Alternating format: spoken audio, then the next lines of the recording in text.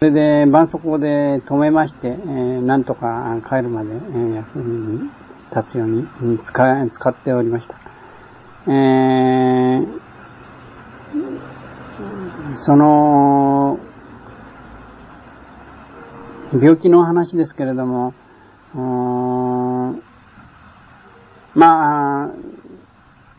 の病室の裏に行ってみますと、第八車に、二人が兵隊ついて、そしてなんかこうゴロゴロ引いてった、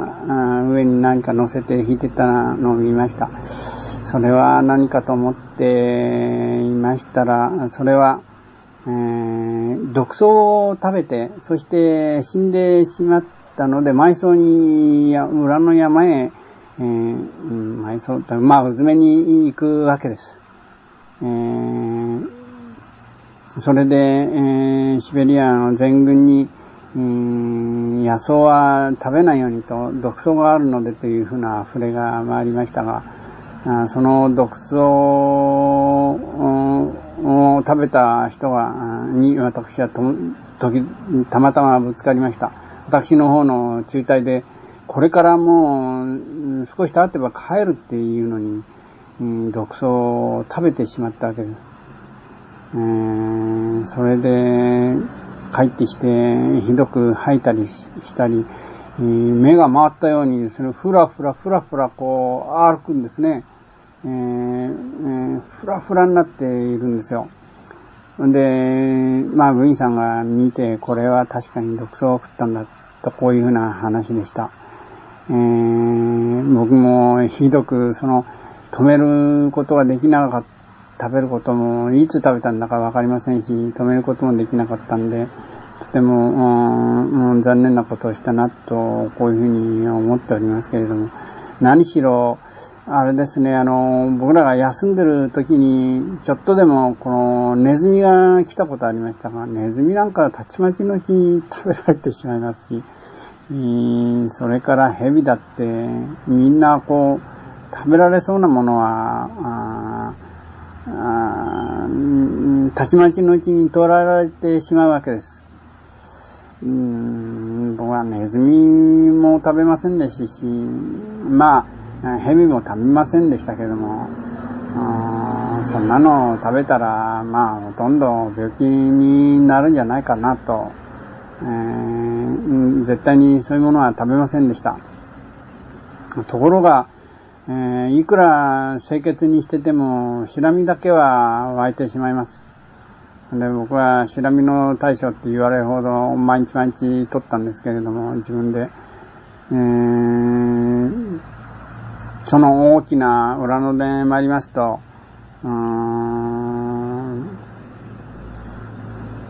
シラミが大流行しまして、陰毛についてしまうんですね。それで、そんなこっちゃ、日本へ帰れないと、こういうふうな話になりまして、全員が、剃ってしまえということになりました。それで、僕も浴場へ行きまして、バリカンで剃って、切ってもらったんですけども、バリカンを使う人がくせくせなんて言いましても、本当に嫌になっちゃったってつくづく言いましたね。やはり毛じらみというのは恐ろしいもんで、です。中風になってしまうわけです。そしてこんな風な話が流れました。日本人はとても脱腸が多いっていうんですね。やはり陰謀なんか剃ってからの話が、そんな風な話が流れましたので、いろいろの目的があったんかもしれません。我々は命さえ別状なければということで、何でも言うままになりましたから、そんな風な統計も取られたのかもしれません。収容所には満軍の将校も入っておりました。その人は、相当の年配の人でしたけど、元中佐だったと、満軍の中佐だったという人でしたが、その人は、労働に行く代わりに、せっせと、日本へ帰ったら使い物にならなくなっちゃったら困るというので、せっせと、松橋の間、シベリア松の間を、散歩しておりました。それが非常に印象に残っております。ああいう方たちどうなったか、その後全然消息がわかりません。怪我も病気の一つだろうと思います。冬伐採に行きますと、風はひどいですし、風がひどいと伐採してます木が自分の思う通りの方向へ倒されないわけです。それから脆いですから思ったより早く、割れて取れてしまいまして、その下敷きになって、怪我をした人が相当います。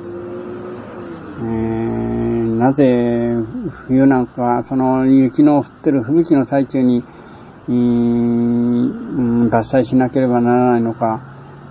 それはわかりませんでしたけども、僕ら、トラック2台に積み込まれまして、冬の伐採をやりました。そしたらゴーゴー音がしまして、倒れるときなんかどちらの方向へ倒れるかわかりません。ちょうど自分の思った通りの方向に倒れるように木を切るんですけれども、ほんと音がして大騒ぎの声が聞こえまして、そして、伐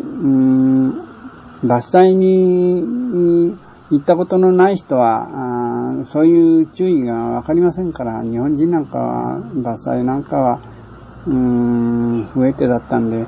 どのくらい怪我したかそういうふうなことはわかりません。ある時標高の市駅に行きまして、帰りに一人で帰ってきたんですけども、川がありました。小さな。で、氷が張ってましたんで、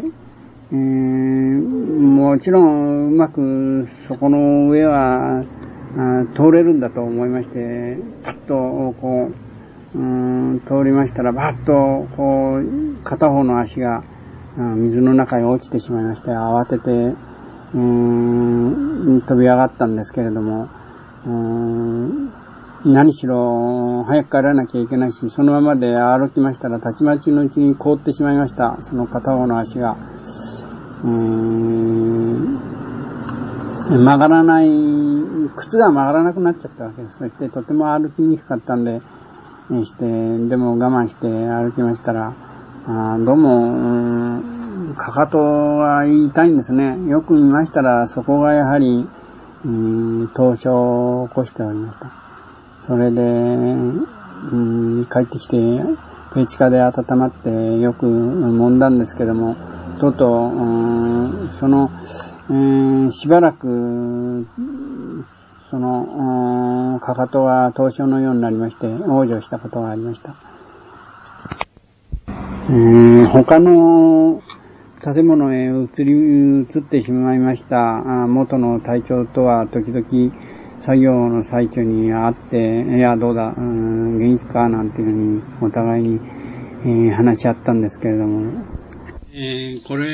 の隊長が前に腎臓を患ったっていうことがあって、それがまたどうも体の調子が悪いということだったんです。来たし、どうもおかしいって言うんですね。それでなんか薬はないかというふうに僕に言われましたので、いつかその前に迎春花のあるところへ、行って、ピクニックでもしたいなと思うくらいだったっていうようなお話しましたけども、そこの木の松に、の木の付近の松にたくさん猿のおかせがありました。そして、下にも随分散らばってましたので、それを作業の合間に僕は集めまして、そして持ってきて、これは体調、よく効く薬だから煎じて飲んでごらんなさいって言って、その猿のおかせを渡してあげたことはありましたが、その元の隊長と、シベリア鉄道を見ながら、将来我々はどうなるのかななんて言って、仕事の合間にまた話をしたことありましたけれども、そこのところは随分日本のトラックが貨車に積まれてどんどん奥地の方へ運ばれるのを見たんです。そして僕の父はお酒が好きだもんだから、どうしてるかなって言いましたら、その隊長の一は秋田県の、酒屋の息子だったんです。それで俺が帰ったら君に一番先にその樽で酒を送ってやるよなんて、こんなことは言いしたんですけれども、その猿のおかせでうまく治ったかどうか、その後その隊長もいなくなってしまいました。それでしたけれども、私が満州の集結地におりましたときに、そこの建物の中にディアスターゼだの、それから塩酸キニーネがありました。で、ディアスターゼなんかはまあ役に立たないと思いましたけれども、塩酸キニーネっていうのは高価なもんで、これはなんか役に立つんだろうと思って、それをリュックではありませんね。その兵隊の道具の中に入れてシベリアまで持って行ったんですけれども、元の隊長が時々弱ったっていうんで、これを飲めば丈夫でいられますよって言って、僕も少しずつ飲みましたけども、塩酸キニーネをその人に飲ましたんです。それからその塩酸キニーネをしばらく持っておりましたけれども、ある日、所持品検査があるというんです。それで、大切だと思ったし、それからこういうものを持ってたんじゃ、どうせ取られちゃうと思いまして、入り口のところへそっと大急ぎで、土の下へ隠したんですけれども、帰ってそれを見て、そこを掘ってみましたらもうありませんでした。誰も見てないと思ったんですけれども、誰が取ったのか、ちょうどそこへ、我々の収容所がどんな風な状況かっていうのを、我々の小さな収容所は模範の収容所だったというふうに言われてましたけれども、視察に偉い将軍が来るというんです。そのせいだったかもしれません。もう何も厳重で、それこそその塩酸キニーネがどうしても見つかりませんで、将軍の来る準備のために、探されたのかもしれません。その元の隊長も、僕よりも2年ばかり遅く帰ってまいりました。そして手紙をくれたんですけども、俺の妹、職業口がないので、あんたで探してくれないかと、こういうふうな話なんで、僕も必死になりまして、会社に頼んで、その妹という人を見たことなかったんですけれども、食卓なら、臨時ならいいでしょうというふうな話で、勤めてもらうようなことになりまして、そのことを手紙に出しましたら、そのことについては何も触れてないで、手紙で俺は2億円ばかりの、工場を作りたいんだけれども、なんかいい仕事、そういうやりがいのある仕事はないかなんて、そういうような、手紙が来ましたが、それ以来、何にも消息がなくなりました。その昭和24年あたりの2億円ですと相当大変なお金だと思うんですね。だから2億円の資金で工場を作りたいと、こういうふうな話なんで、びっくりしちゃったわけです。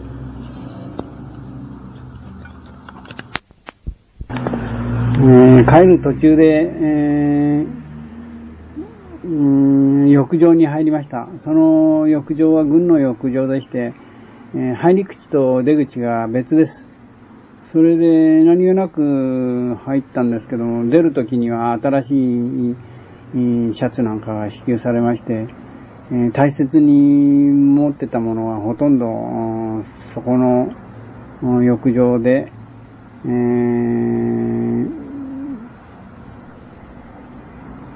没収されてしまったわけです。帽子の中に自分の戦友の亡くなった人なんかは名簿全部書き込んで置いといたっていう人もいましたし、私も、細かいものを持ってましたが、それも次の出口が違うんですから全部取り替えられてしまいました。浴場のことについて感じたことは、その時に日本のような風呂へ入ってたんじゃとても戦争はできないなと思いましたね。やっぱりお風呂に入るんだったらバーッとシャワーで、大勢いっぺんに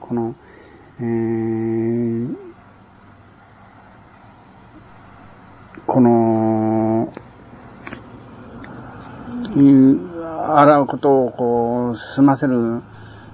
ということが機敏な立ち回りができるんじゃないかと思いました。それから入ってますうちに昔横根という横弦というんで、それを切った後の人が随分いたんですね。またその噂が流れまして、日本人は横根の人が多いってこういうそんな風な噂が流れました。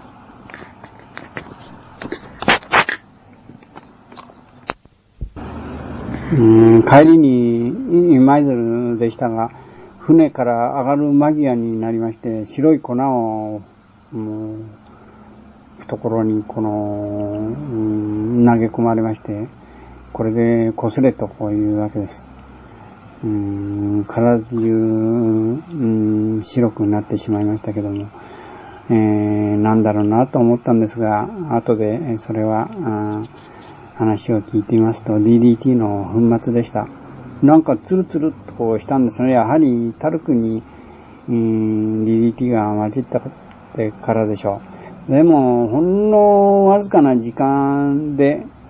すぐ我々は浴槽へ、風呂へ入れというんです。そして浴槽へ、入りました。久しぶりで、初めはとっぷり浸かり、それから次のお風呂ではお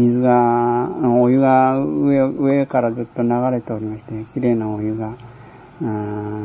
腹ばいになりますと、流れてきて、そして上がり湯のようになり、それからもう一つのお湯で洗いますと、もう本当にきれいになりました。こういう風呂の景色もいいなと思いましたが、日本軍の風呂というのはどうもお風呂にぺったりつきたがる、体を浸す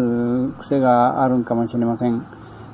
これは本当に戦争の実用には戦争には役に立たない風呂だと、こんな風に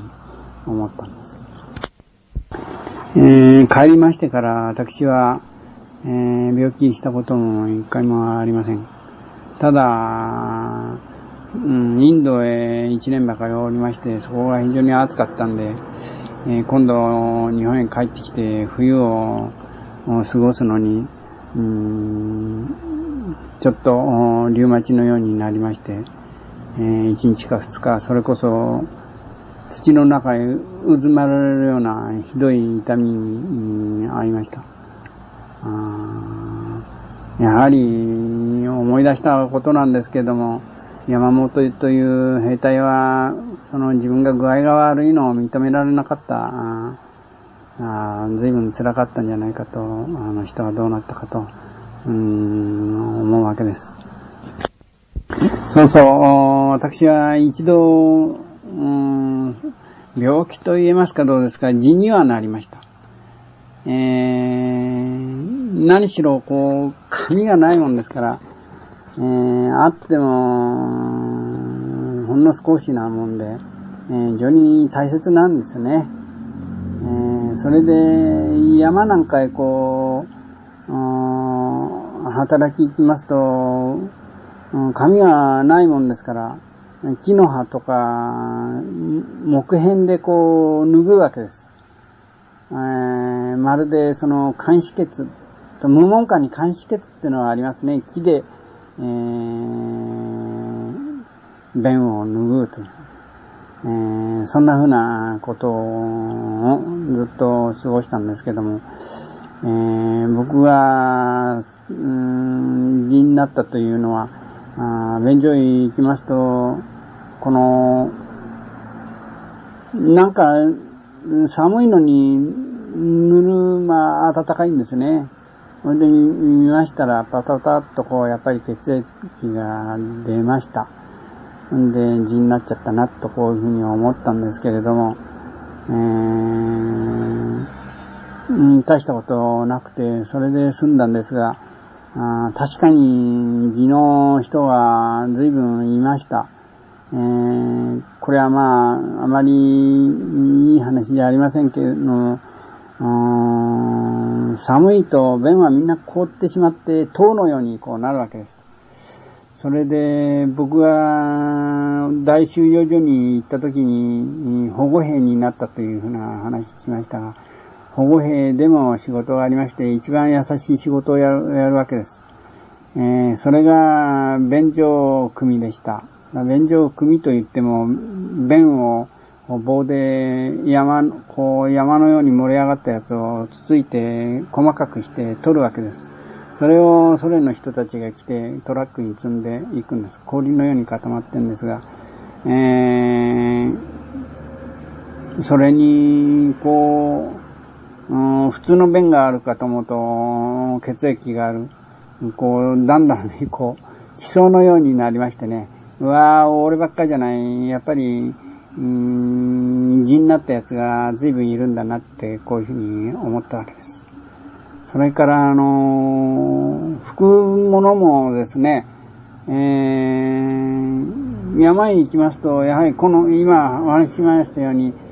木の葉とか木片だったんですけども、もう中にはその自分の着てる服をの綿を少しずつ引きちぎって、そして用足してたものがいるんです。で、私もそれ、ちょっとやってみましたけれども、考えてみますと、それは大変です。もし冬になりまして綿がなければ、その綿のない服を着てなきゃなりませんので、絶対にその満腹の綿を使うのはやめようと思いました。また日本新聞、シベリアの日本新聞なんですけれども、それを見ますとペニシリンという薬があって今大量生産してて、これ世界一によく効く薬だとこんな風に載っておりました。それで、ソ連で初めてそのペニシリンを作ったっていうようなことが書いてありましたんで、これはおかしいなと思ったんです。それは、チャーチルが肺炎になった時にペニシリンを使いましたよね。ですから、ペニシリンっていうのは英国が一番早く、発明したんじゃないかってこんな風に思ったんですけれども、なんでもソ連もそうですね。大国になりますと世界一でないと嫌らしくて、そして、そうですね、その他に、電気も我々が新しく、発明したんだとか、エジソンだと思うんですけどね、電気の。そんな風にいろいろ日本新聞には書いてありました。しかし、やはり寒い